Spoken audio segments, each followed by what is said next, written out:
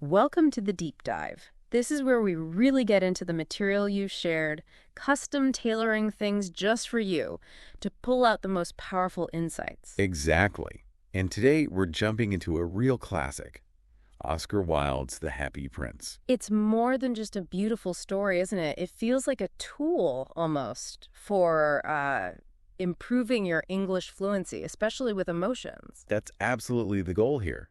We want to explore how this story can unlock vocabulary, idioms, phrases, all the stuff that helps you express complex feelings confidently in English. So whether you feel you're around a B1 or B2 level, hopefully you'll find something valuable here. Language that gives you that pass to, well, more natural, nuanced expression. Definitely.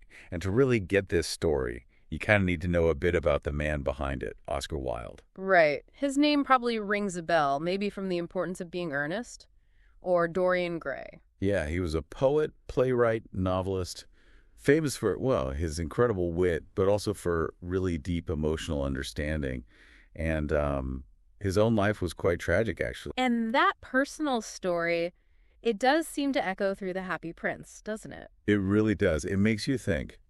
Have you ever known someone who, seemed perfectly happy on the outside? Maybe successful, charming? But you just got that feeling something else is going on underneath it. Exactly that. That kind of gap between the public face and the private feeling. That's right at the heart of this story. Wilde himself, he had this glittering public persona, but so much private struggle and sadness. It's amazing how relevant it still feels. Over 100 years old, but the message just doesn't date. Not at all. It's like a master class in talking about difficult ideas in English. Kindness, sadness, sacrifice, beauty. It helps you go beyond just getting the grammar right, Using language that actually connects with people conveys real feeling. And these themes, thinking about values, making tough choices, helping others, they pop up in everyday conversation all the time. So it's incredibly practical for your fluency journey. Think of it like upgrading your emotional toolkit in English. Nicely put.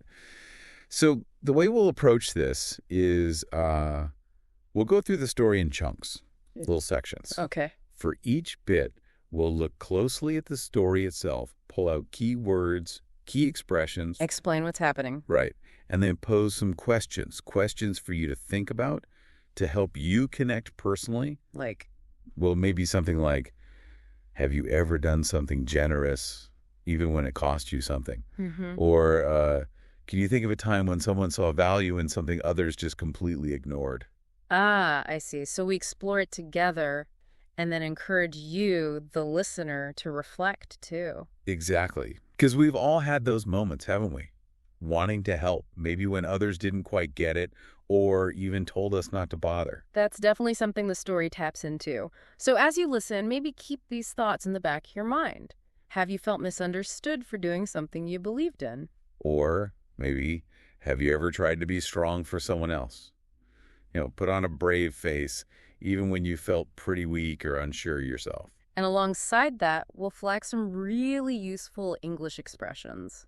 Idioms. Yeah, things like to make a sacrifice or to be moved by something, to see beyond differences. They're woven right into the fabric of the story. And we won't just define them. We'll talk about how you can actually use them when they fit naturally into your own conversations. Making your English sound deeper, more authentic. Okay, sounds like a plan. So, with all that context set, let's dive in, starting high above the city, where the prince stands. High above the city, on a tall column, stood the statue of the Happy Prince. He was gilded all over with thin leaves of fine gold. For eyes, he had 2 bright sapphires, and a large red ruby glowed on his sword hilt. Wow, what an opening image. Gilded all over. So covered in this thin gold layer. Not solid gold, but shimmering, beautiful. And that ruby glowed suggests a kind of inner warmth, doesn't it? It does. He's this beacon. Gold, sapphires, ruby. Precious. Magnificent. And this magnificence, it definitely catches the eye of the townsfolk. Wilde immediately shows us different reactions, how people judge him based purely on this outward appearance. Yeah, like the town councilor. He wants this reputation, for having artistic tastes. So he says the prince is beautiful as a weathercock. But then, almost in the same breath, he adds, only not quite so useful. Huh. It's funny, but it reveals so much, right? That immediate jump from beauty to usefulness. Mm-hmm. Practicality wins out. Absolutely. He wants to look cultured, but deep down, he values what's functional. That phrase, gain a reputation for, means wanting people to see you a certain way, often for social gain. He doesn't want to seem unpractical. Exactly. And you see similar things with others. The sensible mother using the prince to tell her crying son off. The happy prince never dreams of crying for anything, Yeah. using him as this example of perfect emotional control. Or the disappointed man looking up and muttering, I am glad there is someone in the world who is quite happy. Seeing the statue as the symbol of joy he just can't reach. And then my favorite comparison, the charity children. Ah, yes, coming out of the cathedral. In their scarlet cloaks and white pinafores. They just say he looks just like an angel. Such a pure, imaginative view, in a contrast so sharply with their teacher, the mathematical master, who did not approve of children dreaming. The adults are stuck on usefulness or unattainable happiness, but the kids see something divine. It really makes you think, doesn't it? Mm. Can you, listening now, recall a moment when someone saw real value in something others just dismissed? Maybe something that seemed unimportant, impractical.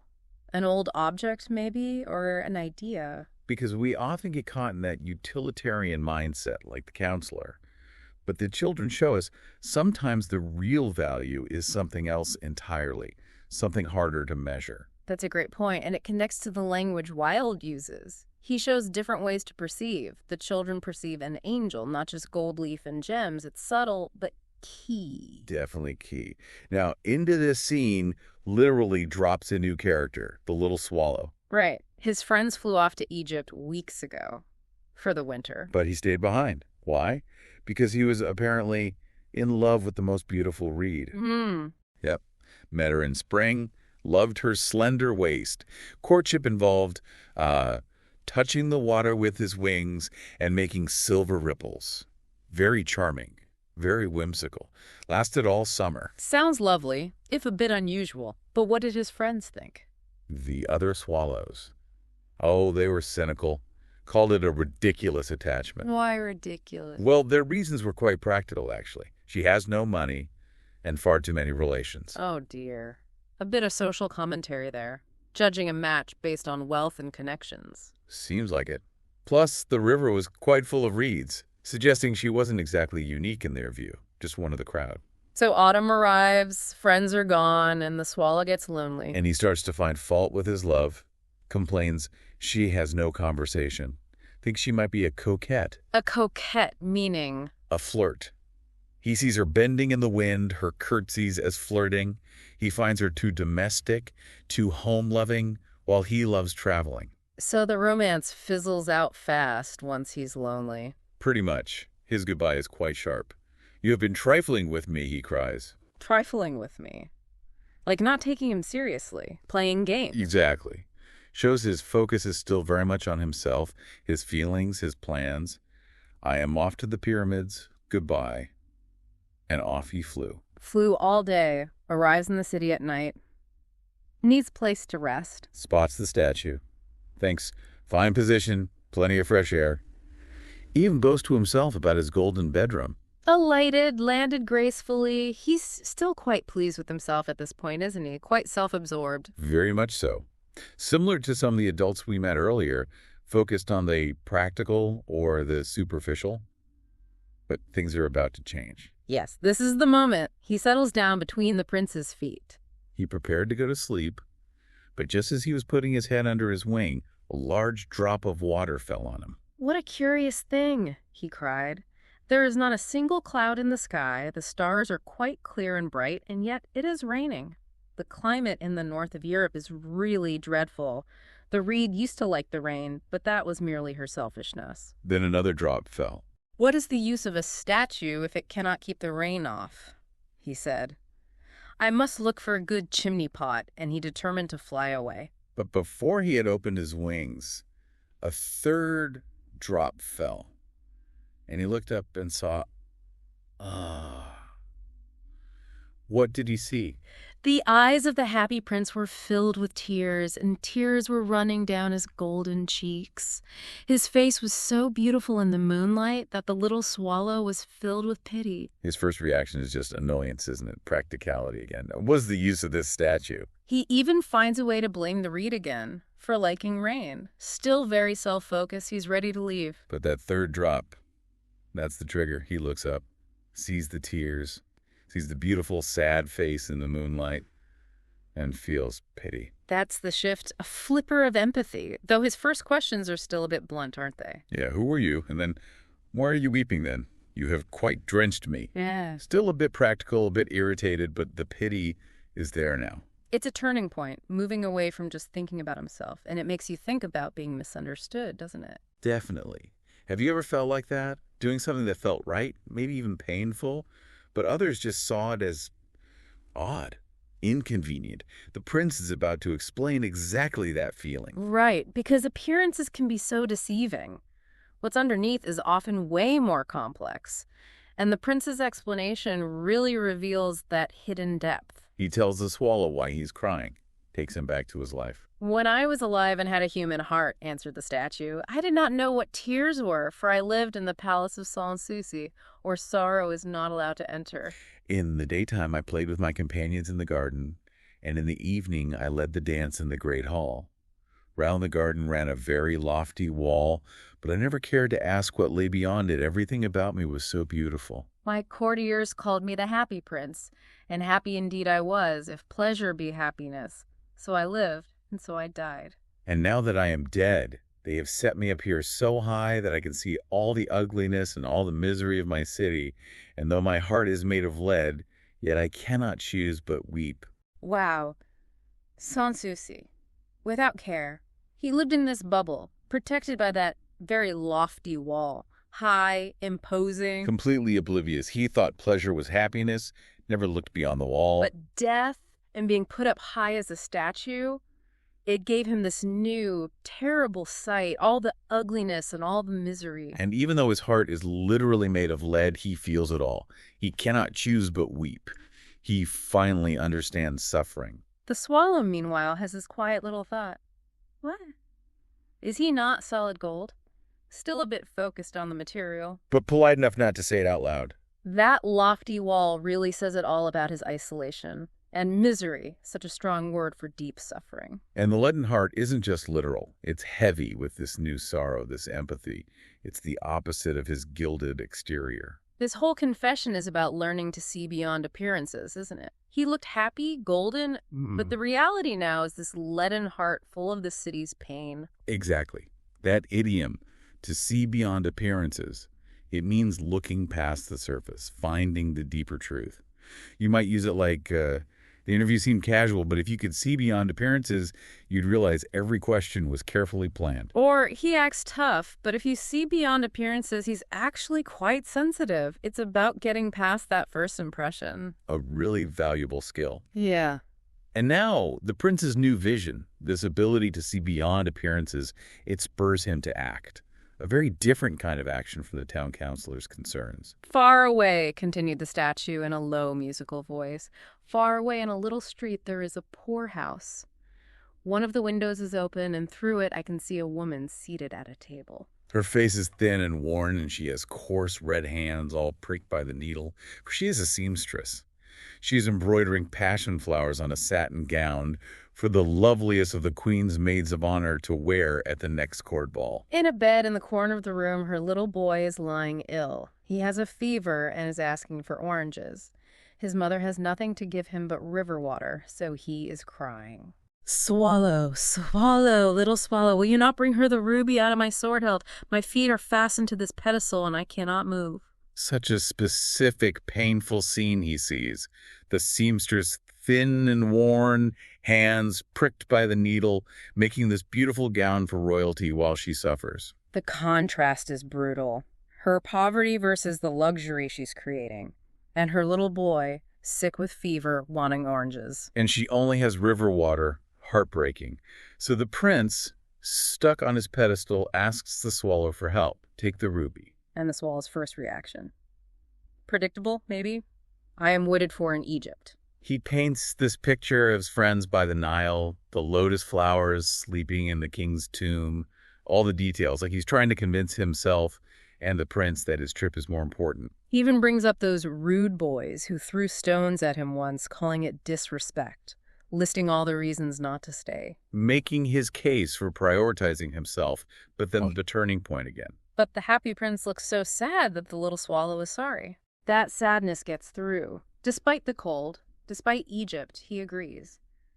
It is very cold here, but I will stay with you for one night and be your messenger. And that's his first real sacrifice, isn't it? Definitely. Which brings us to that phrase, to make a sacrifice. Giving up something you want, something valuable, for someone else, or for a bigger reason. It doesn't have to be huge, does it? Maybe you sacrifice your lunch break to help a colleague, or sacrifice buying something you wanted to donate to charity instead. Exactly. It's putting needs beyond your own.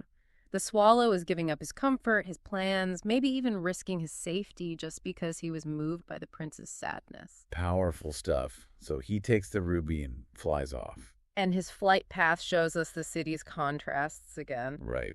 Past the cathedral, the sculpted marble angels, symbols of peace, then the palace, sound of dancing, the rich enjoying themselves. He overhears that girl on the balcony talking about love one second, then worrying about her dress and blaming lazy seamstresses the next. So shallow. Reveals her true priorities.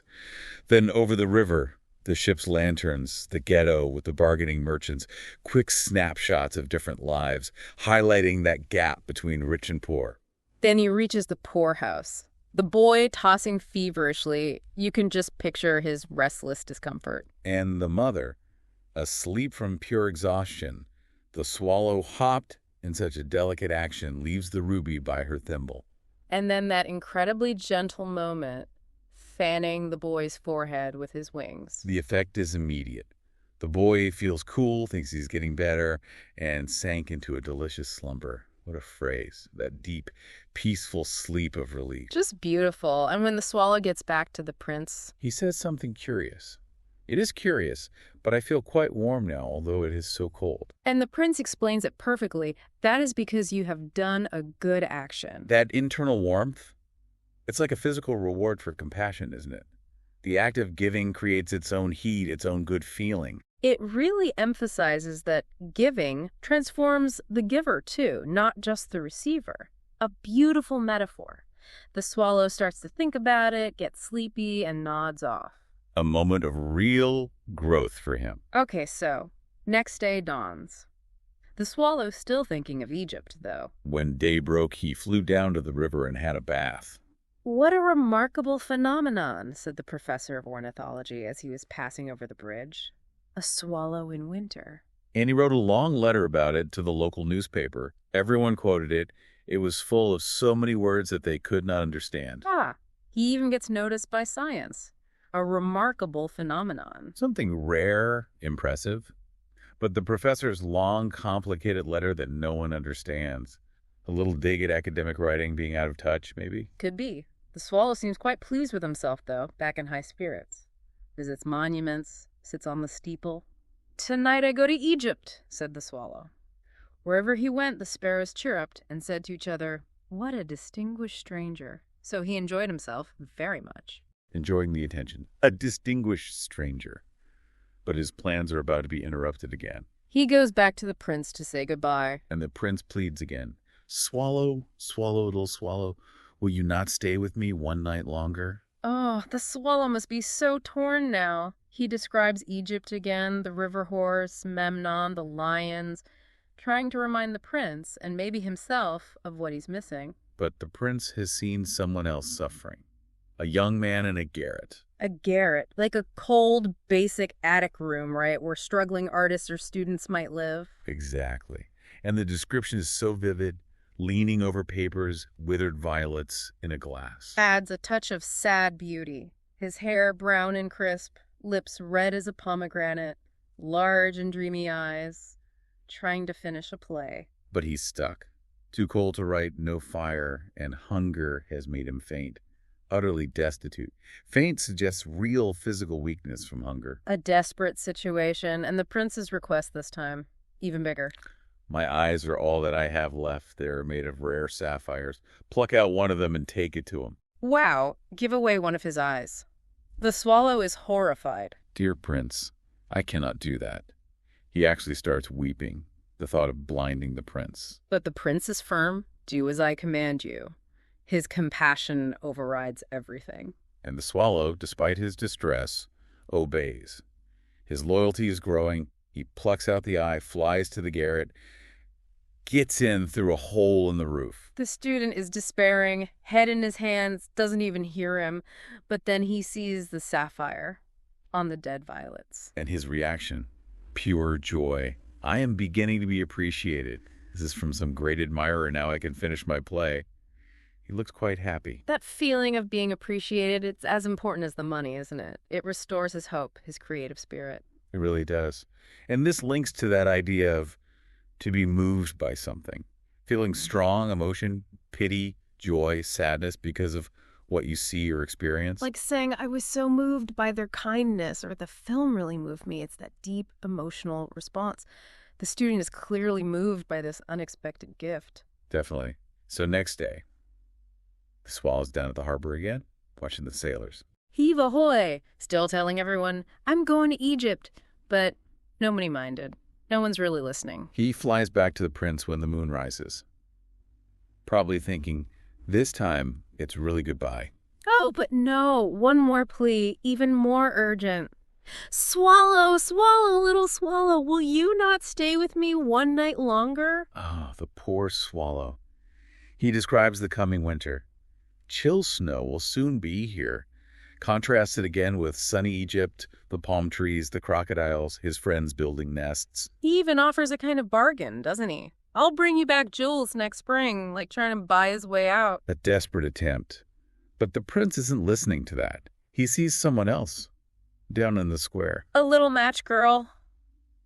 Oh, this is heartbreaking. She has let her matches fall in the gutter and they are all spoiled. Ruined, useless. Her father will beat her if she does not bring home some money, and she's crying, facing violence for an accident. And she's got no shoes or stockings. Her head is bare, completely vulnerable to the cold and everything else. It's awful. And the prince's request is the ultimate one, the final sacrifice. Pluck out my other eye and give it to her. So he'll be completely blind. The swallow just can't bear it. I will stay, but I cannot pluck out your eye. You would be quite blind then. He's so distressed. But the prince insists, commands him again. And the swallow, despite everything, obeys. This really makes you think about strength, doesn't it? Trying to be strong for someone else, even when you feel completely weak inside. Yeah. The swallow is facing death from the cold, but he does this for the prince. His devotion is absolute now. He plucks out the second eye, swooped past the match girl, that quick diving movement, and slips the jewel into her hand. And her reaction. It's so simple, so poignant. What a lovely bit of glass, she cried, and ran home laughing. She doesn't even know it's a sapphire. Just a lovely bit of glass. Shows how little she has and how much this small thing means. Pure, simple joy. Incredible. The swallow flies back to the now blind prince and makes his vow. You are blind now, so I will stay with you always. The prince, still thinking of the swallow, tells him, no, you must go to Egypt. But the swallow refuses. I will stay with you always. And he sleeps at the prince's feet. His transformation is complete. He's found his purpose, not in Egypt, but here, in loyalty and love. It's an amazing character arc, from that self-involved bird focused on his golden bedroom and complaining about the reed, to this devoted companion willing to sacrifice everything. Shows how compassion can completely change someone. So now blind, the prince relies entirely on the swallow. The bird sits on his shoulder, becomes his eyes. Telling him stories of the world, marvelous things, red ibises, the sphinx who knows everything, merchants, kings, snakes, pygmies fighting butterflies. These exotic tales are the prince's only connection now to the world beyond his column. He experiences it all through the swallow's words. And it's after hearing all this that the prince shares his deepest insight, his ultimate wisdom. He says, dear little swallow, you tell me of marvelous things, but more marvelous than anything is the suffering of men and of women. There is no mystery so great as misery. Wow. That's profound. More Whoa. marvelous, more awe-inspiring, more mysterious than all the wonders of the world is human suffering. Misery is the greatest mystery. He's learned this through his own statue-bound experience. And then his final command. Fly over my city, little swallow, and tell me what you see there. The swallow obeys immediately, flies over the city one last time, and what he sees confirms the prince's words. Stark contrasts again. The rich making merry in their beautiful houses, and right outside, beggars were sitting at the gates, ignored. He flies into the dark lanes, sees white faces of starving children looking out Listlessly, without energy, without hope, just staring out from the darkness, devastated. finds those two little boys under an archway, trying to keep warm in each other's arms, crying, "How hungry we are!" Only to be shouted at by the watchman, "You must not lie here," and driven out into the rain. Just brutal indifference. The swallow tells the prince everything he saw, all the misery. And the prince, hearing this confirmation of the city's suffering, makes his final ultimate gesture. "I am covered with fine gold. You must take it off, leaf by leaf, and give it to my poor." And his reasoning, the living always think that gold can make them happy. He understands now it's an illusion. True value lies elsewhere. In alleviating suffering, it's his final act of selflessness, giving away the very last thing that makes him appear grand. So the stripping begins. The prince's physical change reflects his inner one, leaf after leaf of the fine gold the swallow picked off. Till the happy prince looked quite dull and gray, all his outward beauty gone. But the effect on the poor, immediate, tangible. Leaf after leaf he brought to the poor, and the children's faces grew rosier, and they laughed and played games in the street. "We have bread now," they cried. Real relief, real joy returning because of the sacrifice. But then winter hits, hard. The snow came, and after the snow came the frost. Vivid descriptions, streets like silver, glistening, icicles like crystal daggers hanging from the eaves. Beautiful but deadly cold. Everyone else is in furs, skating. But the swallow Grew colder and colder, but his loyalty doesn't waver. He would not leave the prince. He loved him too well. trying to survive on crumbs from the baker's door, flapping his wings to stay warm, his push to his absolute limit. He knows he's dying, gathers his last strength, flies up to the prince's shoulder. "Goodbye, dear prince," he murmured, so softly. "Will you let me kiss your hand?" But the prince asks for more, a sign of their deep bond. "No, kiss me on the lips, for I love you." And the swallow's last words, so poetic. "It is not to Egypt that I am going to the house of death. Death is the brother of sleep, is he not?" Connecting death to peaceful sleep. He kisses the prince and falls down dead at his feet. And in that exact instant, A curious crack sounded inside the statue, as if something had broken. The fact is that the leaden heart had snapped right in two. his physical heart breaks at the moment his companion dies, symbolizing his own grief, the shared fate, maybe the unbearable cold finally shattering him too, amidst that dreadfully hard frost. Such a powerful, tragic moment. But the city, well, the city carries on, completely oblivious. Next morning, the mayor and councilors are back. Still focused on appearances, the mayor sees the statue and says, Dear me, how shabby the happy prince looks. Shabby, worn out, neglected looking. and the councilors, who always agreed, just echo him. How shabby indeed. No understanding of what happened. They just list the missing bits. The ruby has fallen out. His eyes are gone. He is golden no longer. Their conclusion. He's little better than a beggar, worthless without his bling. And then they see the bird. And here is actually a dead bird at his feet. The mayor's reaction. Not sadness, but bureaucracy. Suggests a proclamation that birds are not to be allowed to die here. The town clerk notes it down. It's almost darkly funny, their total lack of empathy. It's absurd, isn't it? Yeah. Focusing on rules when faced with tragedy. So what do? They pull the statue down. The art professor justifies it. As he is no longer beautiful, he is no longer useful. That sums up their whole philosophy. Beauty equals utility equals value. If it's not pretty or useful, get rid of it. They try to melt him down in a furnace. The mayor's already planning his own statue. Leads to squabbling among the councilors. "No, a statue of me."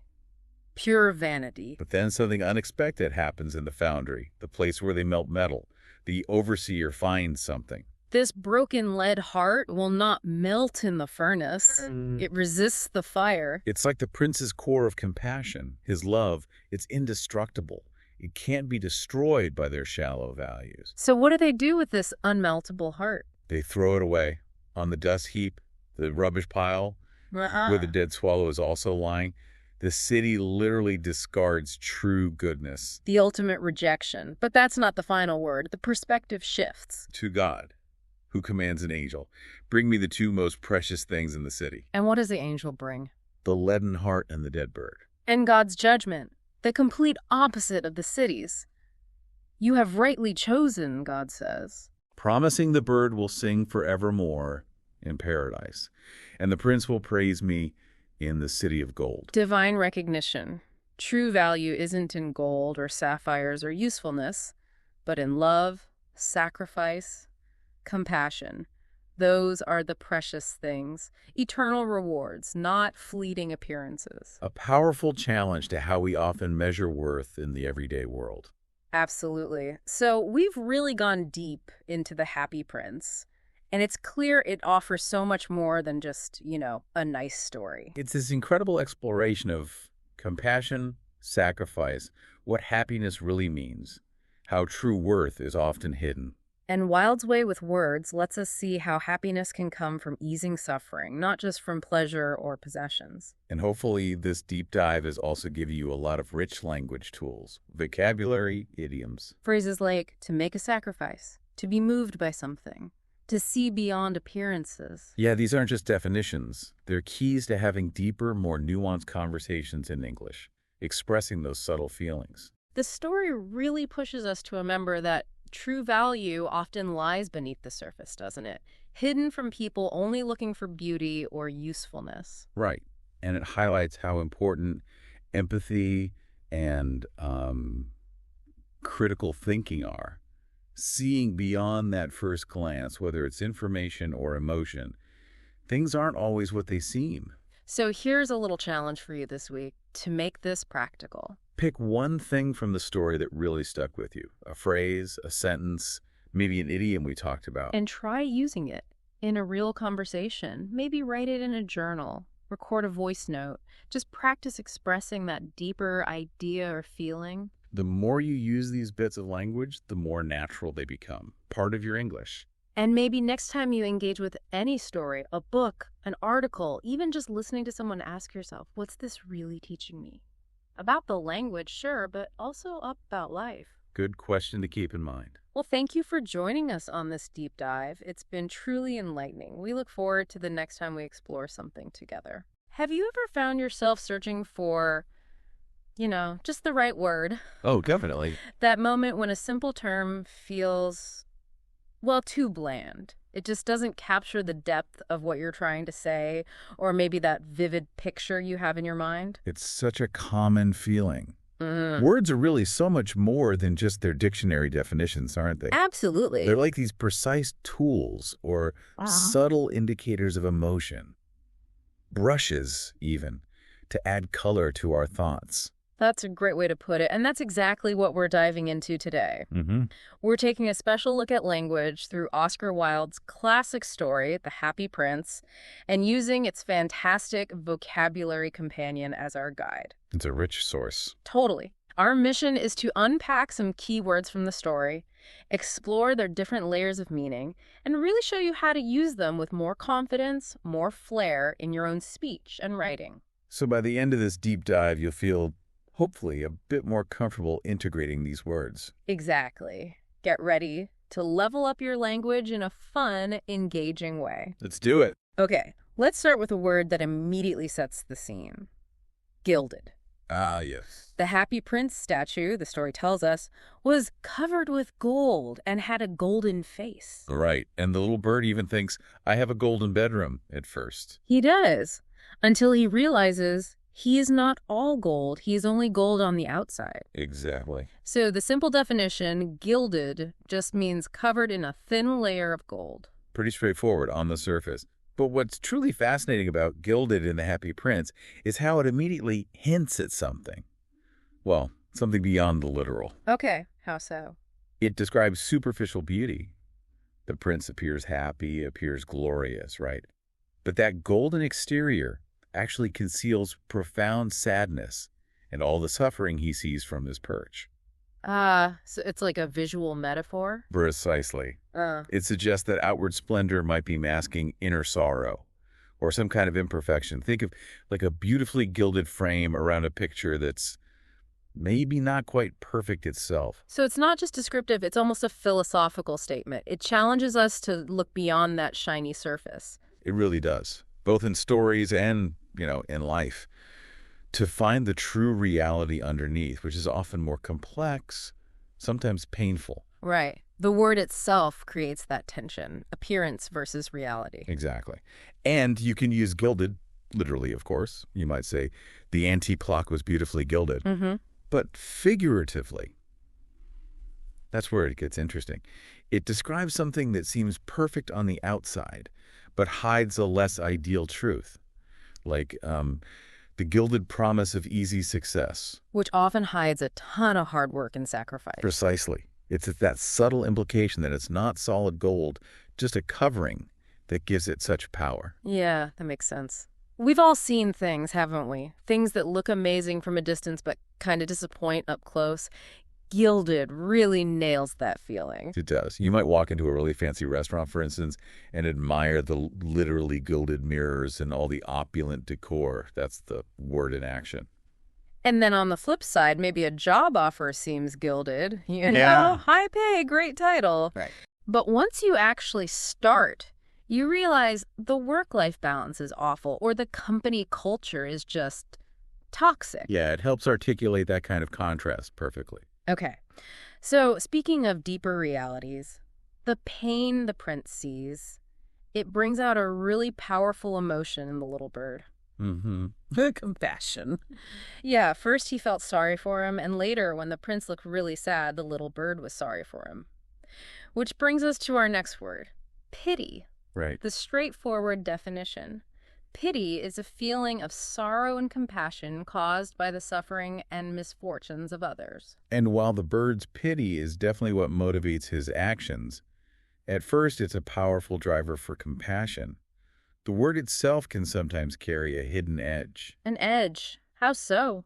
Well, in certain contexts, pity can subtly imply a sense of condescension. Like you're suggesting the person being pitied is helpless or somehow inferior, that you're looking down on their misfortune rather than truly connecting with it. Okay. That's a really crucial distinction. So it's not always purely positive. Not always, no. You have the basic meaning feeling sympathy or sorrow for someone, like the bird felt deep pity for the prince's tears.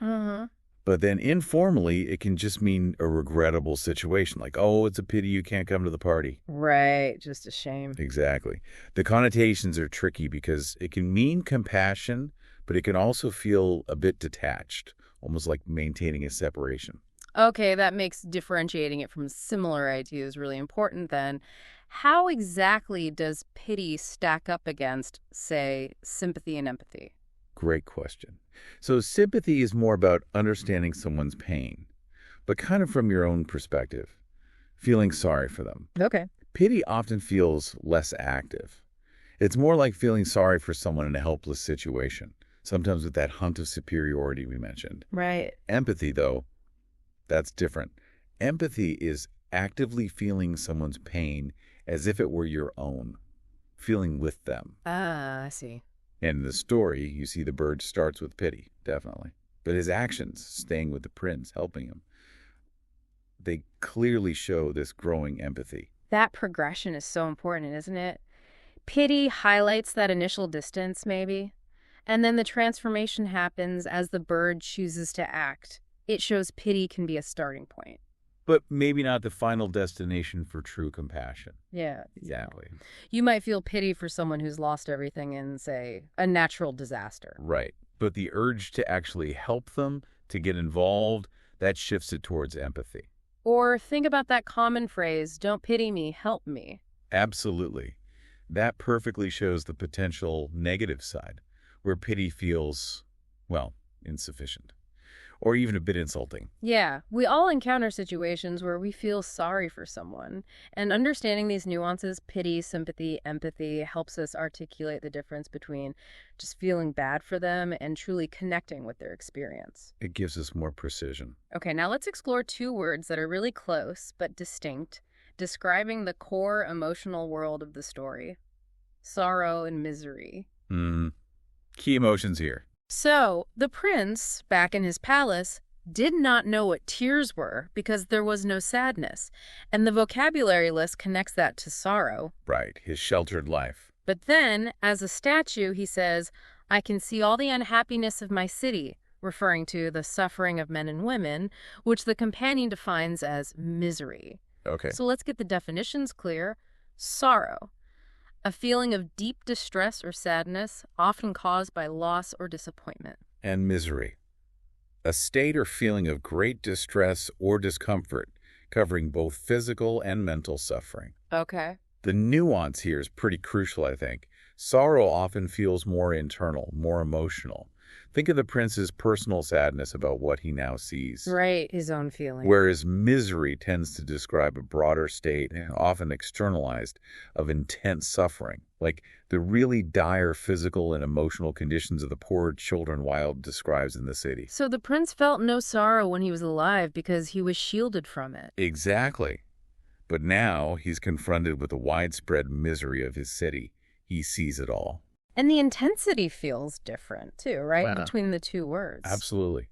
Sorrow often suggests a poignant, deep sadness, maybe a quiet grief. It feels personal. Misery is far more intense. It implies wretchedness, dire circumstances, a really profound state of suffering that can be both physical and emotional. So how did they compare to just, say, sadness? Well, sadness is more of a general common emotion. We all feel sad sometimes. Sure. Sorrow is usually deeper, maybe more prolonged, Yeah. often tied to a specific loss or disappointment. It has that poignant quality. Okay. And misery. Misery is really an extreme state of suffering, often involving significant hardship and discomfort. It's a much heavier word. Wow. Those words really do paint a stark contrast between the prince's old life and his new awareness of the world's pain. Wilde uses this so effectively. He really does. For example, you might feel deep sorrow after losing a beloved pet. It's a personal, poignant sadness.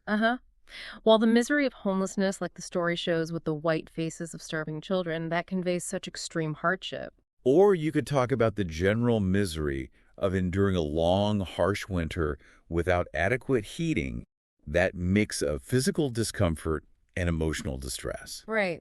We all experience sadness, but understanding sorrow and misery lets us talk about those deeper, more specific states of distress, both our own and what we see in the world. Gives us the right tools for it. Now, that transformation in the prince, it continues physically, too. He gives away all his gold, his jewels, and the story says he then looked gray and ugly. Stark change. Yeah, and the mayor even says, "The happy prince does not look very bright. He looks like a beggar."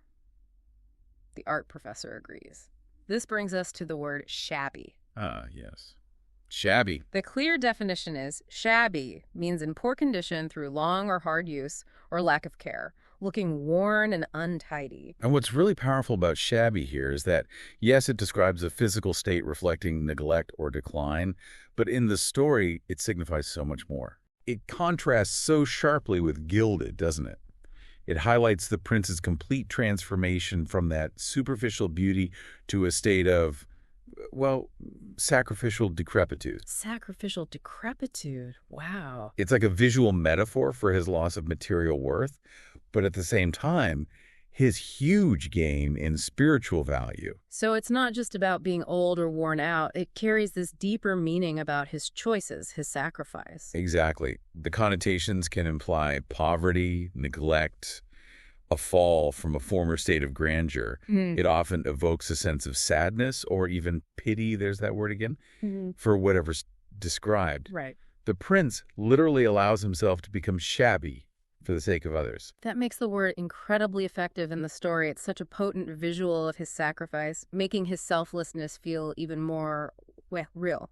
poignant. It really is. Yeah. Think about maybe your favorite old armchair. It might be shabby, but comfortable, right? Yeah. It has a history. Totally. Or like a building that's been neglected for years, peeling paint, broken windows. It looks shabby and run down. Yes. And sadly, someone who hasn't had access to proper clothing for a long time might appear shabby. It reflects their hardship. It's more than just condition. It often speaks to circumstance. Absolutely. Okay, our next word captures another really intense emotional moment. Weep. Hmm. When the prince asks the bird to take out his eye, such a tough scene, the bird says, "Take out your eye, dear prince. I cannot do that." And the text says he began to cry. Right. But the vocabulary companion lists weep as shed tears, cry, and the prince's own tears also ran down his golden face. Yeah. Weep often carries a stronger connotation, I think. It suggests a deep, maybe uncontrollable emotion, something more profound than just a simple cry. More intense. Often, yeah. It suggests the release of intense feelings, sorrow, despair, profound sympathy. The bird's weeping.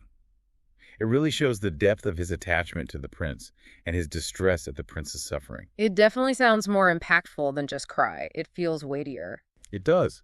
It implies a powerful expression of strong emotion, sometimes even a silent one. It can feel a bit more literary, perhaps, or formal than cry. Okay.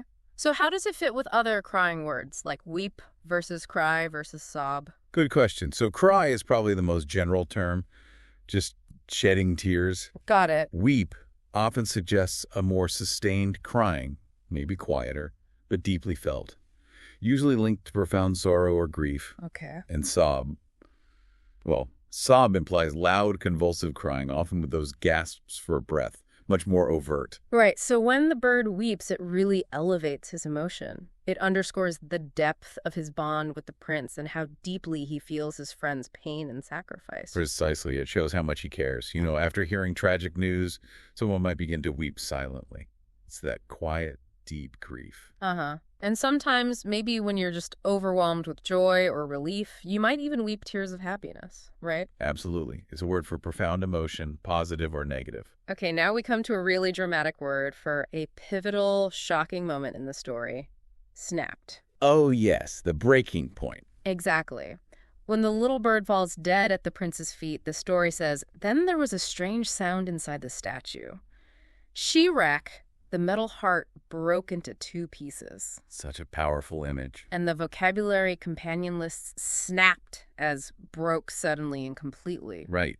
And while it's literal here, the metal heart physically broke, snapped, also powerfully conveys the suddenness, the irreversible nature of that break. Ah, okay. Figuratively, it implies reaching a breaking point, a sudden collapse under pressure, maybe a loss of resilience.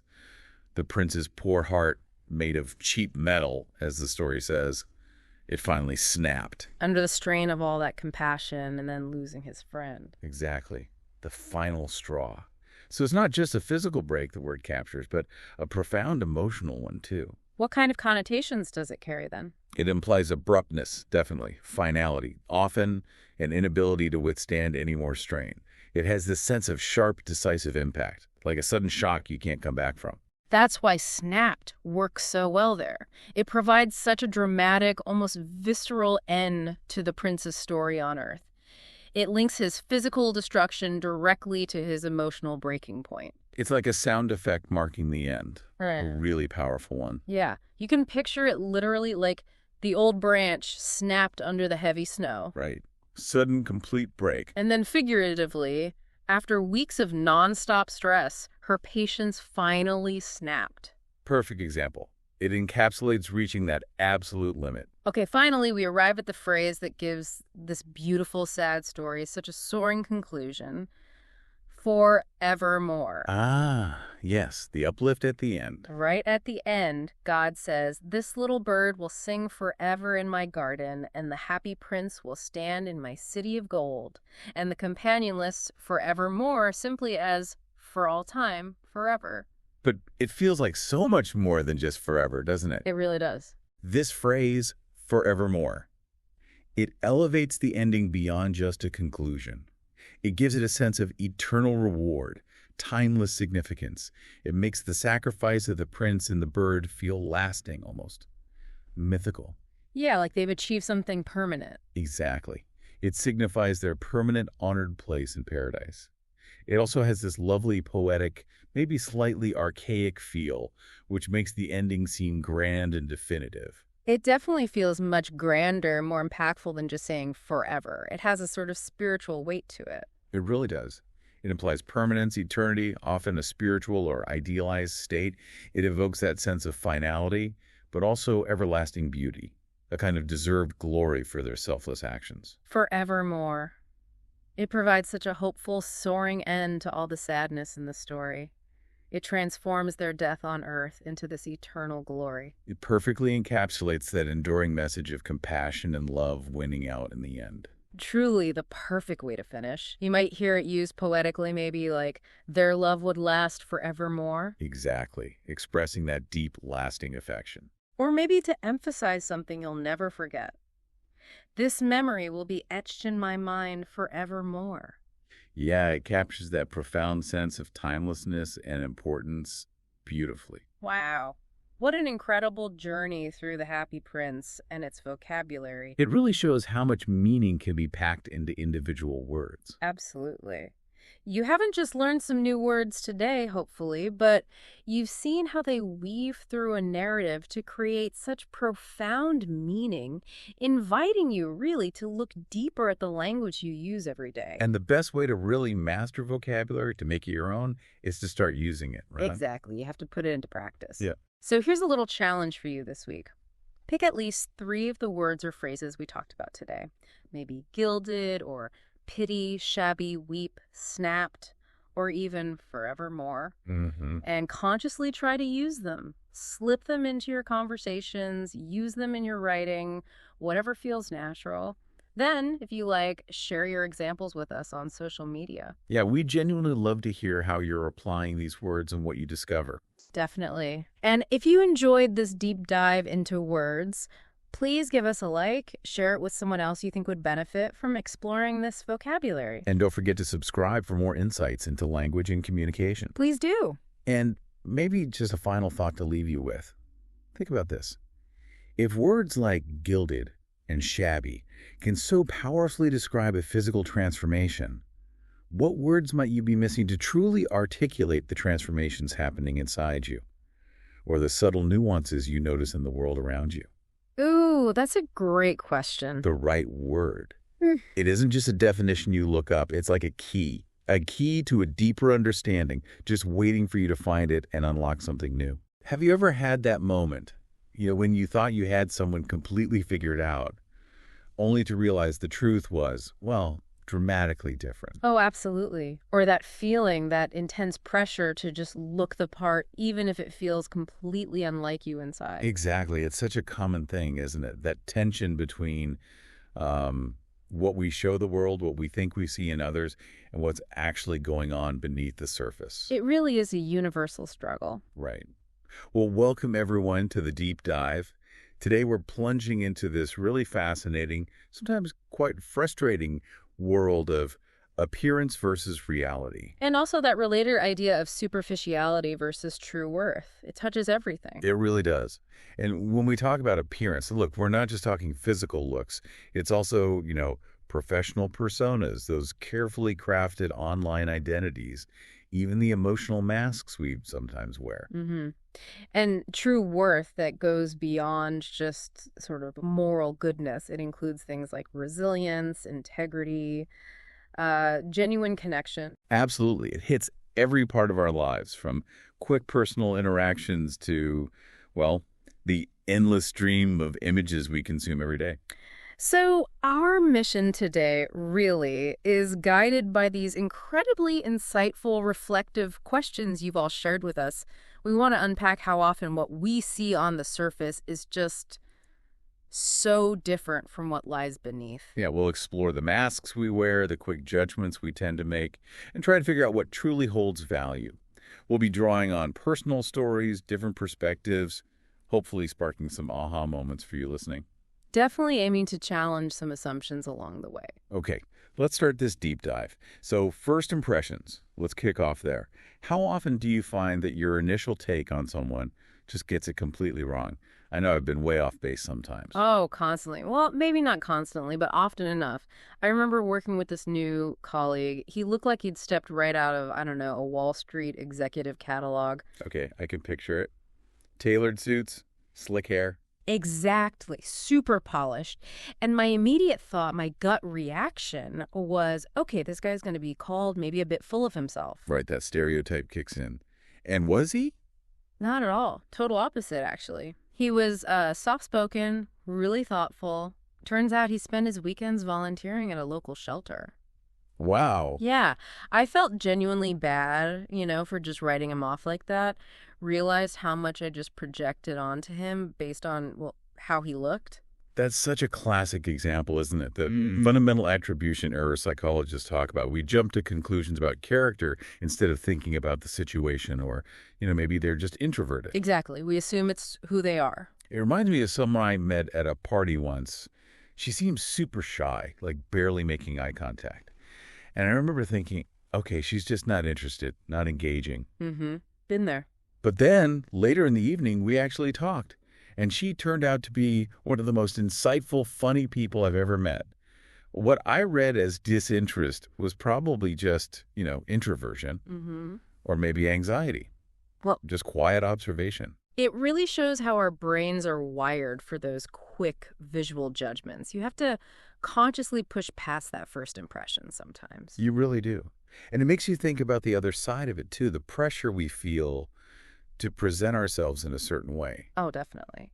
Beyond judging others, how much do you feel that pressure, that need to, quote, look the part in certain situations, like networking events or even just certain social circles? Oh, it's huge. It's palpable, right? Yeah. I've definitely caught myself curating outfits or even trying to adjust my energy level for whatever room I'm walking into. Yeah, me too. It feels like wearing confidence as a costume sometimes. Yeah. And honestly, it can be exhausting. Like you're putting on a performance all day. Because it's like performing, like Yeah. method acting, just to get through a Tuesday meeting, Totally. And for me, that often creates this internal conflict. I mean, what if I just showed up as me?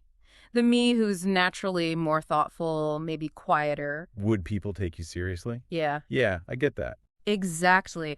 Would it be seen as lacking drive or confidence? It's this constant balancing act, isn't it, between trying to be authentic and trying to, effective in a world that often rewards the outward show. And nowhere is that balancing act more obvious, I think, than social media. That's like the ultimate curated reality zone. Absolutely masterclass in curation. If you had to guess, put a percentage on it, how much of what people post online do you think is genuinely real versus, carefully selected and polished? Yeah. I guess it's something like maybe 10% real, 90% curated. Honestly, I think that's probably pretty accurate for a lot of people, maybe even generous on the real side sometimes. Right. I remember posting this smiling picture of myself at the beach once. Looked like I was living my absolute best life, right? Mm-hmm. The perfect shot. Yeah. What people didn't see, what wasn't in the caption, was that I'd just gone through a really, really tough breakup. And that post, it was pure distraction. It was me trying to project an image I wished was true, not what actually was. That's so relatable. It's like we're all managing our personal brand now instead of just being. Yeah, managing our brand. That's a good way to put it.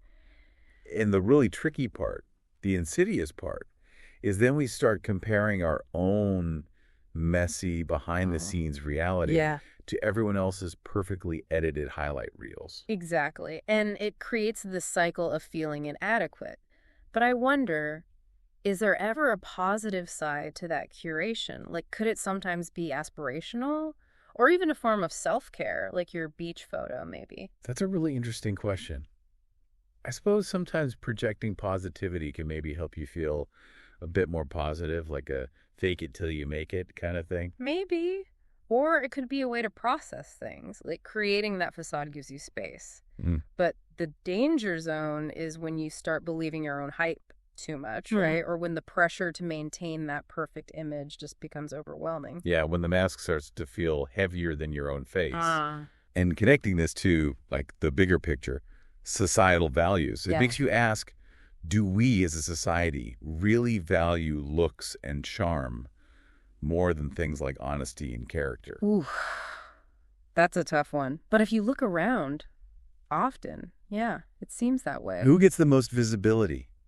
In media, even in politics sometimes. It's often not the quiet, deep thinkers, is it? Oh, It's yeah. the ones with presence, the polished ones. It's almost like if you look the part, if you're polished, you automatically get a certain level of credibility. Even if there's not much substance underneath. Right. Even without the substance. And research backs this up, Our brains are wired for those fast visual judgments. It takes conscious effort to look deeper, to look for consistency in actions over just words or appearance. Which implies we're not just judging books by their covers individually, but it's kind of baked into our systems or organizations. Yeah, structurally. And that leads straight into the workplace. Does looking confident matter more than actually being competent, in my experience? Yeah. Sadly, sometimes yes. Yeah. I've literally sat in meetings where the loudest person, the most assertive-sounding person, won the argument. Not necessarily the one with the best idea or the most information. I know exactly what you mean. I actually missed out on a role once, and the feedback was essentially that someone else had more presence. Presence. What does that even mean? It's so vague. Exactly. But usually it boils down to that outward projection of confidence, right? Right. Even if it's not necessarily backed up by deep substance or skill, it just shows how we still, maybe subconsciously, equate leadership with a certain image rather than actual competence or insight. Mm-hmm. And then there's the whole allure of celebrity culture and materialism tied into that. Why are we so fascinated by people we don't even know? Yeah. Celebrities, influencers? Because they look like success. They're shiny, right? Society tells us this is what achievement happiness looks like. It was a projection. I think so, yeah. A Yeah. huge amount of projection. We see what we want to be or what we think we lack, and we often conveniently ignore the messy stuff, the toxic behavior, the downsides, because we're sort of chasing a fantasy. And that same impulse, maybe, drives us to buy expensive things, to try and feel valuable. I've definitely done that. Bought the fancy bag or the new gadget, thinking this will make me feel better, more enough. Oh, yeah. Me too. That hunt for external validation. And what happens when you finally get the thing? There's that initial rush, right? That little high. The temporary high. And then pretty quickly, it fades. Feels kind of empty. Exactly. Because the real fix, the real glow up, as they say, it has to be internal, doesn't it? No designer label, no fancy car can actually fix your self-worth if it's shaky on the inside. True resilience, true peace. Mm-hmm. It comes from somewhere else entirely. Yeah, an inner compass that isn't just blown around by external stuff. And marketing knows exactly how to play on this, doesn't it? Do ads ever sell reality? Never. Absolutely never. They sell dreams, and maybe more accurately, they sell insecurity. Ooh, that's sharp. Explain Yeah. that. Well, they're basically designed to whisper in your ear, you're not quite good enough as you are. But this product, this will fix that gap. They tap right into our deepest anxieties about belonging, status, happiness. And offer a quick, shiny, superficial solution. Exactly. A solution that, let's be honest, rarely delivers any lasting fulfillment. But we buy it. Yeah. Literally and emotionally, we buy into it. It's such a powerful cycle. Almost invisible sometimes. Thinking back, what about lessons from childhood? What messages did you get more often? Was it look good or be good? That's interesting. For me, it was definitely be good, but it was almost always immediately followed by things like, and stand up straight, make sure you look presentable, don't forget to smile. So the message was kind of mixed then. Like, goodness is important, but presentation matters right alongside it. Maybe even gets mentioned more. Yeah, exactly. It subtly connects them. I remember getting praised more often when I, wore a nice dress or smiled nicely for a photo than maybe when I quietly helped my sibling with something without being asked. Right, so the external validation was louder for the appearance part. Definitely. And it shapes how you start to see your own worth, doesn't it? Leaning towards that external approval. It also makes me think about regrets. Times I judge someone too fast, probably because of those early messages. Oh, me too. Absolutely. I remember having a new coworker start once who seemed really um, awkward, Mm. very quiet. And I have to admit, I kind of mentally dismissed her for the first few weeks, Oh. avoided striking up real conversation. Turns out, she's brilliant. Absolutely hilarious, incredibly insightful, one of the smartest people I've worked with. I completely misread her based on that quiet exterior and almost missed out on a fantastic colleague and potential friend. Wow. Yeah. And I once passed on this like small job opportunity. It just didn't look cool on paper, Didn't seem prestigious enough. Lacked the shiny factor. Exactly. And then it ended up being the launch pad for someone else, like a really pivotal stepping stone to amazing things for them. Taught me a very clear lesson. Appearances really can deceive, and sometimes the biggest opportunities are hidden in plain sight, just looking unassuming. Such important reminders. Yeah. Okay, so we've talked a lot about the facades, the ones we see and the ones we build. Let's maybe pivot now towards unveiling true worth, embracing authenticity. Yeah, let's do that. Here's a question for you. If you had to choose, would you rather be admired or respected, and why? Ooh, that's a good one. Admiration. It feels good right in the moment, Yeah. but it often feels kind of like a sugar rush. It's fleeting, doesn't really sustain you. Yeah, I get that. It's often based on superficial stuff, isn't it? Yeah. Achievements, looks, charm. Exactly. Whereas respect usually takes longer to earn. It involves seeing someone's consistency, their integrity over time. And it feels so much deeper. Yeah. Because it feels like it acknowledges who you actually are, not just what you project. Yeah. I've had people say, I admire your hustle or I admire your success. Right. But when someone says, I trust your character, whoa, that just hits differently. That lands deep. It really does. Admiration is about perception, right? What someone sees or maybe believes about you from a distance. Respect, that comes from experience. What they know of you through your actions, your values, especially over time, and maybe through challenges. Yeah. And that brings up trust, doesn't it? Who do you actually find more trustworthy? Yeah. Someone who seems perfectly polished, like they never make a mistake, or someone who's more real, maybe a little messy sometimes, willing to admit they don't know something? Oh, the messy people, hands down. Yeah. Every time. Really? Why? Because the ones who are okay with not having all the answers, the ones who are transparent about, struggling or learning as they go, there's a humility there and authenticity. That's what builds real connection, real trust for me. Yeah, I agree. Actually, perfection has kind of become a red flag for me now. That's interesting. A red flag. How so? Well, if someone never seems to mess up or never shows any vulnerability or, heaven forbid, never apologizes for anything, it just makes me wonder, what are they hiding? Right. It feels unnatural. It suggests maybe a lack of self-awareness or maybe this deep fear of being judged.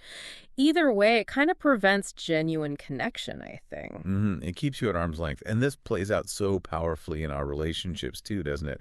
Have you ever dated someone or become friends with someone who turned out to be completely different than they first seemed? Oh, absolutely. Story of my life sometimes. Yeah. Yeah, I dated someone once who was just peak charm, incredibly romantic, attentive, presented this image of the absolute perfect partner. Sounds amazing. At first. Exactly. At first.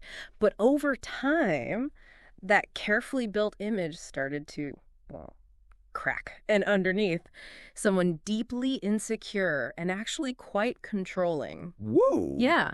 The initial facade was so convincing that when the reality emerged, it was even more jarring, I totally get that. I've had friendships like that too. People who always projected this image of having it all together. Calm, competent, always fine. The everything's under control types. Right. But then you realize sometimes that image was actually masking deep insecurities, or maybe bitterness, or even jealousy. Their having it together was maybe more about maintaining control than finding genuine peace. It's such a hard-learned lesson, isn't it? You have to watch people over time, see how they act consistently, especially under pressure. Surface appearances can be so incredibly deceiving. So true. So what is it then? What truly makes someone valuable as a friend or a partner in your experience? What's the real stuff? For me, It really boils down to how they show up when things aren't easy. Yeah. When it's not fun. Exactly. Can I really count on them when I'm maybe not fun to be around? When I'm struggling when my own mask slips off because I'm too tired to hold it up? The real test. It is. The people who've stayed through that, who've stayed even when I was messy or difficult or at my worst, that, to me, that Yeah. feels like real love. That's real value. Beautifully put. And that brings us right back to our own masks, doesn't it? Do you feel like you present a version of yourself that doesn't always fully match who you are inside? I mean, I think everyone probably does to some degree. Oh, for sure. I think it's almost a survival mechanism sometimes. For me, I often fall into being the upbeat one, trying to stay positive, energetic, even when I'm actually feeling really burnt out or anxious underneath. Why do you think you do that? I think I'm afraid of burdening people. Or maybe being seen as weak or negative if I show the struggle. Yeah, I can relate, especially in professional settings. I know I consciously dial up the outgoingness, the assertiveness sometimes, purely to cover up how uncomfortable or insecure I might actually be feeling in that moment. It's like a shield. It is a shield, but have you ever just dropped it? Just let it fall? A few times, usually out of sheer exhaustion, honestly, or maybe a moment of just needing to be real. And what happened? Was it as bad as you feared? You know, it's weird. Usually people responded better, or at least more genuinely. It felt incredibly vulnerable, like standing naked in a room, but also liberating because the connection felt more real. Yes, that's it. Exactly. It's scary because you feel exposed, but it's so freeing when you realize that true connection actually happens in that vulnerability, not despite it. So what does being real actually mean then? To you? Being real, I think it means being vulnerable, like you said. It means owning your whole story. The good, the bad, the messy bits, the parts you maybe wish weren't part of it, but are. And maybe not performing for approval all the time? Yes, not performing. Being real might mean, crying on a day you were supposed to be on for some event or meeting, and just being okay with that, allowing yourself that humanity, knowing your worth isn't tied to being perfect or constantly performing. Yeah, we pretend we're okay so much, don't we? That phrase, I'm fine.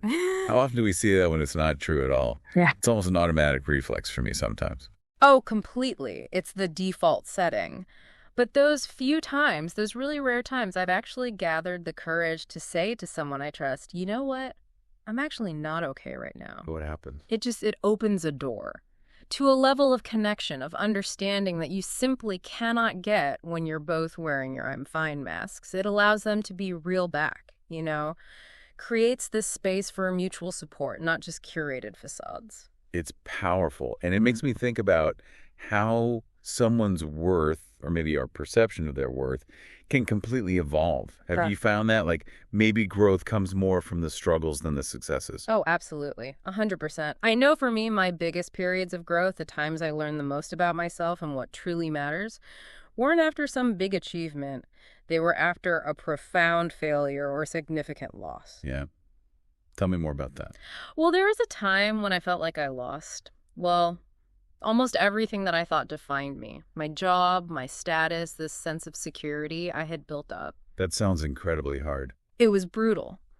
But it stripped away all the external stuff, right? All the things I was maybe hiding behind. And it forced me, really forced me, to figure out who I was at my absolute core without all that stuff. And what did you find? I found that my worth wasn't in what I had or what I achieved or what I projected to the world. It was in, what I'd survived, how I managed to get back up, how I learned to adapt, and fundamentally how I treated other people through it all. That felt like the real measure. That's incredibly profound. Worth isn't what you have, but what you survive and how you treat others. Yeah. It shifts everything. And it's fascinating, too, how culture plays such a massive role in shaping what we even consider valuable in the first place. Oh, hugely. I've lived in different places, experienced different cultures, and the way something like aging is viewed, it can be completely different. Well, I've been in places where getting older is genuinely respected. seen as a source of wisdom, experience, something to be revered. And then I've been in cultures where it's almost treated like a disease, something to be feared, hidden, fought against at all costs. Right. Wrinkles are either signs of wisdom or signs of failure, depending on where you are. Exactly. It's such a powerful reminder that so many of these concepts, beauty, success, status, even value itself, they aren't universal truths. They're often just social constructs, opinions that enough people on a certain group happen to agree on, reinforced over and over by media, tradition, everything. Which means our own definitions of worth are probably way more flexible, more influenced by our surroundings than we even realize. Absolutely. They're not set in stone. Okay, so thinking about all of this, let's bring it home. To wrap up this deep dive, consider this for yourself. If someone judged you only by your appearance, your surface presentation, what do you think they would get completely wrong about you? Ooh, that's a vulnerable one. I think maybe they might see someone who seems very organized, very in control, maybe always has a plan. Okay, the competent exterior. Right. But underneath that, there's often a lot of internal dialogue, constant questioning, maybe a striving for perfection that's both motivating but also pretty exhausting sometimes. They wouldn't see the uncertainty, the self-doubt that fuels some of that striving. I get that. For me, I think people might see someone who seems pretty calm, maybe confident, fairly easygoing, but inside, honestly, I'm often questioning everything, navigating a whole sea of uncertainty half the time. My smile might hide that, but hopefully it also hides a fair bit of resilience that came from navigating those uncertainties. Yeah. It's that profound truth, isn't it? There is just so much. We all carry our histories, our fears, our hidden strengths, our secret hopes that the surface will simply never, ever fully show. So I guess what we've really uncovered today, exploring all these reflections, is that the human experience is just this constant dance, isn't it? Between what we present and what's truly there. Absolutely. The superficial stuff, the shiny appearances, they might grab our attention first. They might dominate our social media feeds. Right. But it's the genuine worth, the stuff built on character, on authenticity, on showing up even when it's hard, on resilience. That's what truly lasts. That's what actually connects us to each other in a meaningful way. And this deep dive, hopefully, it's offered you not just information, but maybe a shortcut to some of your own aha moments, a chance to connect these ideas to your own life. Yeah, maybe think about how these insights could reshape how you view yourself and how you view others, how you might look past the surface a little more often. Help distinguish between what just looks good and what actually is good, what's fleeting versus what's foundational. So as you go about your day, maybe mull this over. Here's a final provocative thought for you. What aspect of your own appearance, that persona you project, are you perhaps most ready to reconcile with your deeper reality? And what might that reconciliation mean for you in terms of finding maybe more true connection, more inner peace? Lots to think about there. We really hope this deep dive sparked some valuable insights for you today. If you enjoyed this conversation, if it resonated with you, we'd love it if you'd consider liking this video, maybe sharing it with someone else who might find it helpful. And of course, please subscribe to the deep dive for more explorations into what truly matters beneath the surface. Thanks so much for joining us. We'll see you next time.